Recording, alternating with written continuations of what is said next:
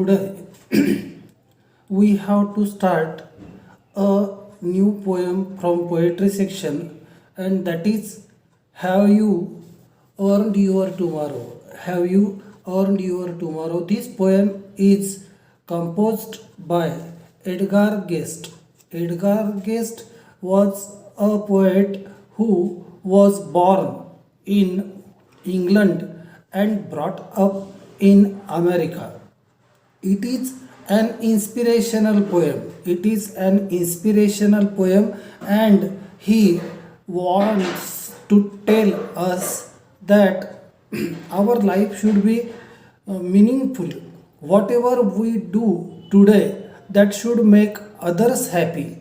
If others become happy just because, if others become happy just because of your company, just because of your comments, then and then only your day is successful. Then and then only your day is successful. And he used to write inspirational poem एकदम प्रेरणादायी कविता लिहिण्यासाठी या कवीचं एक हातखंड आहे. आणि त्याचं असं म्हणणं आहे की आपण जेव्हा समूहात वावरतो, समाजात वावरतो, जेव्हा केव्हा कोणापासून तरी पुढे निघून जातो, तेव्हा त्या व्यक्तीला आपल्याला पाहून आनंद वाटला पाहिजे, आपल्याला पाहून त्याच्या मनामध्ये समाधान असलं पाहिजे, एक तृप्ती असली पाहिजे. तर आपल्या अस्तित्वाला, आपल्या असण्याला, आपल्या या जगात वावरण्याला अर्थ आहे. जर तुम्ही इतरांना सुख देऊ शकत नसाल, जर तुम्ही इतरांसाठी काही करू शकत नसाल, तर तुमचं जगणं व्यर्थ ठरू शकते म्हणण्यापेक्षा ते व्यर्थच असते, असं तर एक कन्फर्म श्रद्धा त्यांनी या कवितेच्या माध्यमातून व्यक्त केलेली आहे.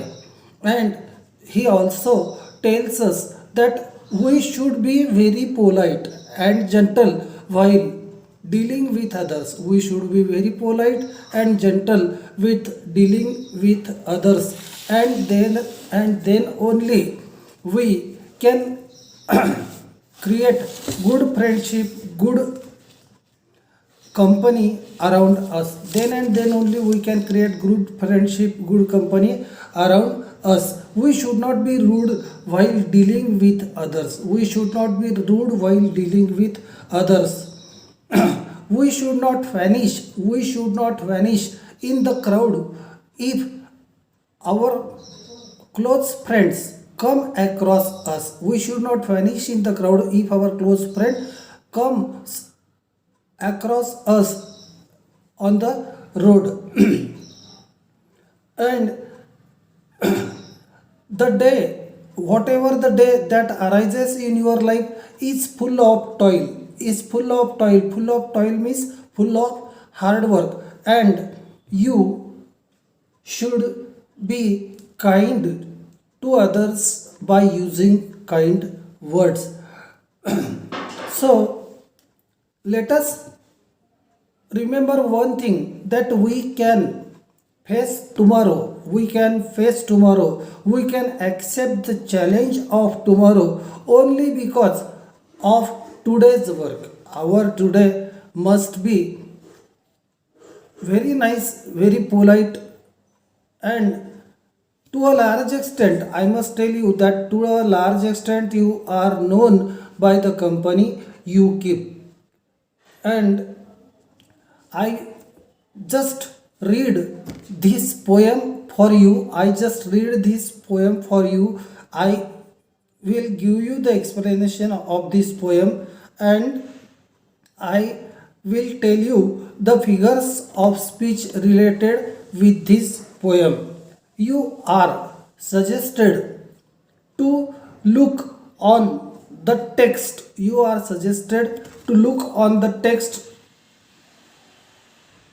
Page number 112. Have you earned your tomorrow? तुम्ही तुमचा उद्या, म्हणजे येणारा उद्याचा दिवस कमावलेला आहे का? Have you earn your tomorrow? Is anybody happier because you passed his way? Is anybody happier because you passed his way? Does anyone remember that you spoke to him today? Your words should be very sober, polite, fragrant, so that the people can recall you, so that the people can remind you, so that you can remain in the hearts of people, so that you can remain in the hearts of your friends by your sweet words, by your encouraging words, by your inspirational words. तुमच्या प्रेरणादायी शब्दांनी तुम्ही लोकांच्या हृदयामध्ये स्थान मिळवू शकले पाहिजे, तर आणि तर तुमचं अस्तित्व हे अर्थपूर्ण होणार आहे. The day is almost over. The day is almost over. विद्यार्थी मित्रांनो, उगवणारा दिवस केव्हा तरी मावळणारच आहे, परंतु या उगवलेल्या दिवसामध्ये, संपूर्ण दिवसामध्ये आपल्याकडनं किती मित्र जोडले गेले, किती चांगले माणसं जोडले गेले हे जास्त महत्त्वाचं आहे. कारण काय की शब्दांनी माणूस तुटायला नको, शब्दांनी मनुष्य तुटायला नको, शब्दांनी माणसं संग्रहात जोडल्या गेली पाहिजे. सगळे संपूर्ण जगाचे व्यवहार जे आहेत तर ते शब्दावरती आधारित आहे मित्रांनो, आणि म्हणून तुम्ही शब्द काळजीपूर्वक वापरा. शब्दांच्या बाबत असं खूप चांगलं म्हटलेलं आहे एका मराठी पोएटनी की शब्द असावा फुलासारखा, शब्द असावा फुलासारखा, सुगंध दुसऱ्यासी देत जावा. शब्द असावा फुलासारखा, सुगंध दुसऱ्यासी देत जावा. शब्द नसावा काट्यापरी, शब्द नसावा काट्यापरी, जो इतरांच्या अंतरंगी रुतावा. आणि म्हणूनच विद्यार्थी मित्रांनो, आपले शब्द हे फार काळजीपूर्वक वापरणं गरजेचं आहे. नाही तर आपल्याला आयुष्यात पश्चातापाशिवाय दुसरं काहीही शिल्लक उरणार नाही. आणि म्हणून बोलून विचारात पडण्यापेक्षा विचार करून बोला. थोडा अवधी लागेल, परंतु माणसं तुटणार नाहीत, कारण माणसं लाख मोलाची आहेत आणि त्या आयुष्याच्या प्रवासात जर एकदा निघून गेली तर पुन्हा परत येणार नाहीत. एवढं आपल्याला लक्षात ठेवायचं आहे. This day is almost over and it's toiling time is through, and its toiling time through. So in this line the figure of speech is alliteration. The figure of speech is alliteration. I must tell you, there are only two figures of speech. There are only two figures of speech in this poem. Have you earned your tomorrow? The first is interrogation, and the line is anybody happier because you passed his way? Is anybody happier because you passed his way? Then the next one here is alliteration, and the line is, this day is almost over. This day is almost over and its toiling time is through. या दिवसाचा कालावधी सरलेला आहे. आजचा सूर्य मावळतीला आलेला आहे आणि तुमचे संपूर्ण दिवसाचे कष्टसुद्धा आता संपत आलेले आहे.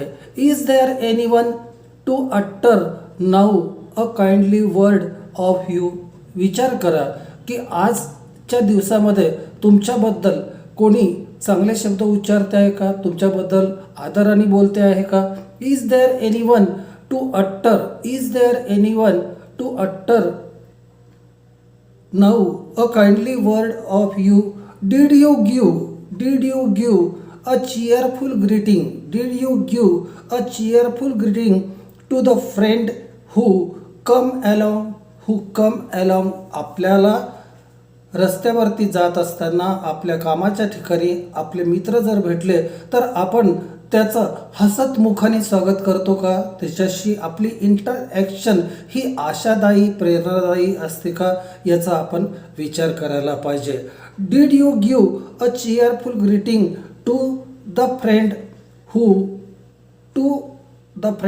हू come along, or a चर्लिश means rude. उद्धटपणाने आपल्याला कोणाशी बोलायचं नाही. उद्धट आपलं वर्तन उद्धटपणाचं असू नाही असं अपेक्षित आहे. Or a churlish sort of howdy, or a churlish sort of howdy. Howdy means informal friendly greeting. चला बा, आता समोर दिसूनच राहिलेले आहे, काहीतरी बोलायचं म्हणून एखादा शब्द टाकायचा म्हणून टाकायचं आणि आपल्या मार्गाला लागून जायचं, असं होऊ नाही. आपल्याला त्या व्यक्तीशी किमान 2 शब्द चांगले बोलता आले पाहिजे. त्याच्यासोबत असणारी आपली विचारांची देवाणघेवाण, असणारं हितगुज हे आनंददायी असावं असं अपेक्षित आहे.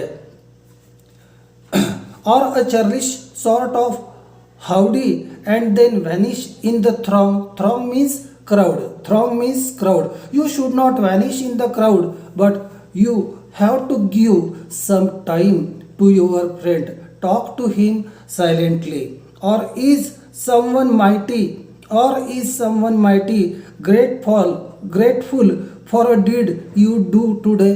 तुम्ही असं काहीतरी केलेलं आहे की ज्यामुळे तुमचा एखादाच मित्र तुमच्या संग्रहातला तुमच्या प्रति कृतज्ञ आहे. So that is basically you have to examine, you have to study over it. Can you say tonight in parting with the days that is sleeping fast. जो दिवस आज संपून राहिलेला आहे, तुमच्या हातातून निसटून राहिलेला आहे, त्या निसटणाऱ्या दिवसाला तुम्ही असं आजच्या रात्री म्हणू शकता का, that you help a single brother of the many that you past. That you have help a single brother of the many that you past. तुमच्या संपर्कात येऊन गेलेल्या असंख्य लोकांपैकी एखाद्या भावाला, तुमच्या संपर्कातल्या एखाद्या भावाला परिवारातला सदस्य म्हणून तुम्ही काही मनापासून मदत केली का. So that is basically expected. That you help a single brother of the many that you passed. Is a single heart rejoicing over what you did or said. एक हृदय जरी तुमच्या बोलण्यानी, तुमच्या शब्दांनी आनंदी होत असेल, सुखी होत असेल, त्या व्यक्तीला समाधान लाभत असेल की अरे आज कोणीतरी मला असं भेटलं की ज्याच्यामुळे माझा दिवस आनंदी झाला, आणि ती व्यक्ती जर तुम्ही असाल तर तुमच्या इतकं भाग्यवान दुसरं कोणी असू शकत नाही. Is a single heart rejoicing over what you did or said. Does a man whose hopes were fading now with courage look ahead. Does a man whose hopes were fading now. असा एखादा मनुष्य आहे की ज्याच्या आयुष्यात if a person is there in your contact whose hopes are fading, की जो निराश झालेला आहे, उदास झालेला आहे, त्याच्या आशा ह्या कोमेजून जात आहे, तो मनुष्य जर पुन्हा एकदा केवळ तुमच्या शब्दामुळे जर साहसाने उठून उभा राहत असेल, तर तो जर पुन्हा जीवनातली नवीन आव्हानं केवळ तुमच्यामुळे स्वीकारणार असेल. Does a man whose hopes were fading now with courage look ahead. त्या माणसाने भविष्याकडे पाहताना कधीतरी तुमचा विचार करायला हवा, कधीतरी त्याला स्मरणामध्ये तुम्ही असायला हवं अशी अपेक्षा आहे. त्यावेळेस तुमचं स्मरण त्याला व्हावं ही अपेक्षा निश्चित आहे. And therefore you should be polite and sober in your words. Did you waste the day or lose it. Was it well or sorely spend. तुमचा आजचा उगवलेला दिवस हा वाया गेला का. Or did you waste the day or lose it, किंवा तो तुमच्याकडनं गमावला गेला का. काहीही न करता अगदी बिलकुल अर्थशून्य असं तुमचा हा दिवस राहिला का. Did you waste the day or lose it. Was it well, तो चांगला होता का सर्व अर्थाने. Was it well or sorely spent म्हणजे त्या दिवसाचे अनुभव जे तुमच्या गाठीशी आहेत ते सुखावह आहेत का, समाधानकारक आहे का, याचा कधीतरी फेरविचार तुम्हाला करायला हवा जेव्हा केव्हा तुम्ही आज रात्री तुमचे डोळे मिटणार असाल, झोपायसाठी जात असणार, तेव्हा तुम्हाला असं आत्मपरीक्षण करता आलं पाहिजे, असा आढावा घेता आला पाहिजे की खरोखरच आजचा माझा दिवस हा सत्कारणी लागला का? 4 लोक माझ्या संपर्कात आलेले माझ्या शब्दांमुळे, माझ्या असण्यामुळे, माझ्या अस्तित्वामुळे सुखी झाले का? That you have to examine. For you have to face tomorrow. For you have to face tomorrow. Tomorrow will surely come if your today is meaningful, and if you work in the interest of others today for their happiness, for their joy, for their welfare. If you are doing something, then the people around you will remember you. Did you leave a trail of kindness or a scar of discontent? तुम्ही लोकांच्या हृदयावरती, लोकांच्या अंतरंगावरती एक दयाळूपणाचा असा सुखद प्रवाह निर्माण करण्यामध्ये, त्यांच्या आयुष्यामध्ये 4 चांगल्या गोष्टी स्प्रेड करण्यामध्ये यशस्वी झालात की तुमच्यामुळे लोकांच्या मनामध्ये असंतुष्टतेची, अतृप्ततेची, असमाधानाची अशी एक प्रकारची जखमांची मालिकाच तयार झालेली आहे किंवा त्याची व्रण त्यांच्या अंतरंगावरती उमटलेले आहेत. So you have to study, you have to see these things very carefully as you close your eyes in slumber. Slumber means sleep. जेव्हा तुम्ही तुमचे डोळे मिटणार आहात, झोपी जाणार आहात, आज दिवसभराचे सगळे कामकाज संपवून तुम्ही जेव्हा आज झोपायला जाणार आहात, as you close your eyes in slumber, do you think that God would say, do you think God would say you have earned one more tomorrow by the work you did today? Interrogation. The figure of speech in the last line is interrogation. You have earned one more tomorrow. You have earned one more tomorrow by the work you did today.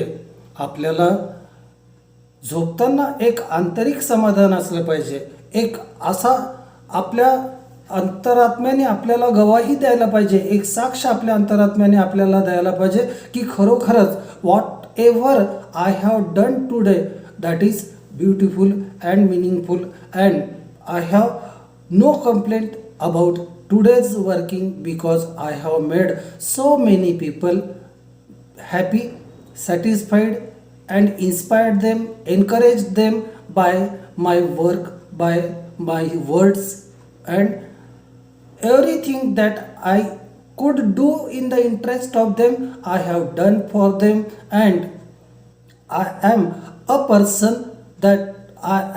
person whom the people look around, whom people look for, because I used to do something for their happiness.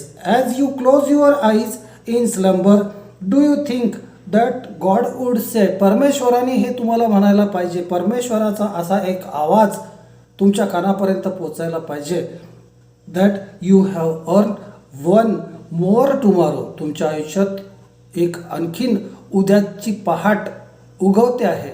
You have earn one more tomorrow by the work you did today. आज जे काही काम तुम्ही केलेलं आहे त्या कामामुळे उद्या पुन्हा एक सुंदर पहाट, एक प्रसन्न पहाट आपल्या आयुष्यात उगवते आहे. आणि खरोखरच हे दिवसाला, या येणाऱ्या दिवसाला सामोरं जाण्यासाठी माझे आशीर्वाद तुझ्यासोबत आहे. तेव्हा तू चिंता करू नकोस, मी तुझ्या पाठीशी आहे. अशा प्रकारचं आश्वासन परमेश्वराकडनं आपल्याला मिळालं तर आपलं आयुष्य अर्थपूर्ण होईल. विद्यार्थी मित्रांनो, ही कविता आपल्याला हेच सांगते की आम्ही आमच्या संपर्कातल्या लोकांना प्रेरणादायी शब्दांनी उत्साहित करावं, त्यांना प्रोत्साहन द्यावं, त्यांना आयुष्यामध्ये निराश होण्यापासून वाचवावं.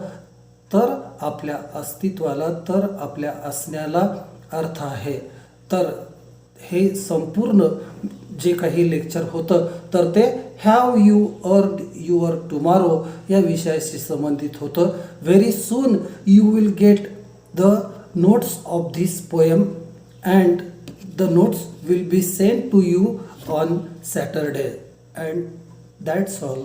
Thank you very much.